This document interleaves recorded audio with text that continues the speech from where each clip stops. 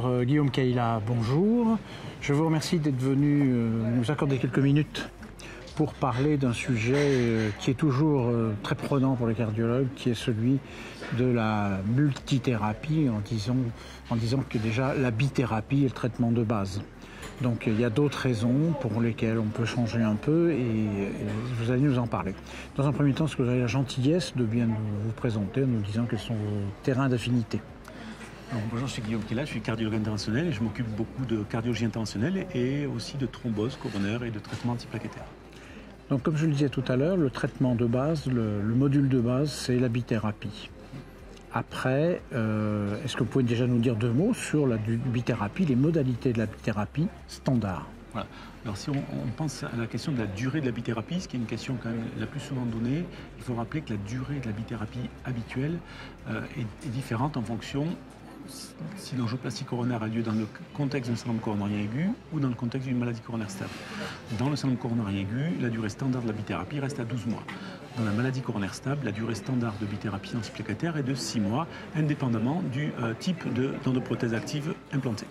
Donc il n'y a déjà pas un dogme, un paradigme général où ces temps de temps, il y a vraiment déjà une individualisation du traitement déjà à ce stade-là. Après, est-ce qu'il y a d'autres raisons pour lesquelles soit la durée du traitement, soit des associations soit il est nécessaire de modifier la durée du traitement, soit de faire des associations? On peut commencer peut-être par l'un ou l'autre. Oui, alors effectivement, si on prend le cas de figure par exemple des patients à haut risque hémorragique, oui. Pour ces patients-là, la durée de la bithérapie peut être raccourcie. Dans le cas du syndrome coronarien aigu, on va alors passer de 12 mois à une durée de 6 mois. C'est ce qui est recommandé par les dernières recommandations européennes. Pour la maladie coronaire stable, en fonction du niveau de risque hémorragique, on va réduire la bithérapie à 3 mois, voire même à 1 mois. Et actuellement, de nombreuses études sont en cours chez les patients dits à haut risque hémorragique sur des durées très courtes de bithérapie, c'est-à-dire 1 mois de bithérapie après stent actif. Et maintenant, d'autres patients pour lesquels on aurait un risque ischémique? Alors effectivement, ces patients sont aussi une catégorie importante de patients qui sont des patients à haut risque évolutif, à haut risque ischémique. Oui.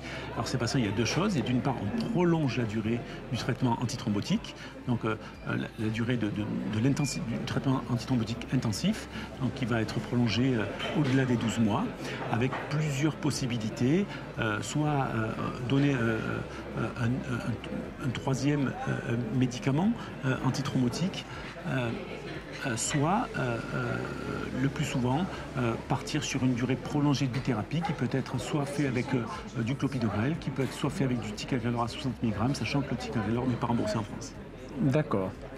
Et donc ces cas de figure, à chaque fois, ça nous montre qu'il y a toujours, on peut jouer sur deux facteurs qui sont le nombre de médicaments et la durée, voilà, quel que soit le nombre de médicaments. Alors effectivement, il y a beaucoup de choses qui sont actuellement en cours sur le nombre de médicaments. On voit des nouveaux concepts aussi, qu'on appelle la désescalade thérapeutique, c'est-à-dire partir d'une stratégie de traitement intense vers une stratégie moins intense, abandonner un des médicaments. Donc on a de plus en plus de changements du nombre de médicaments et de l'intensité des médicaments dans le temps.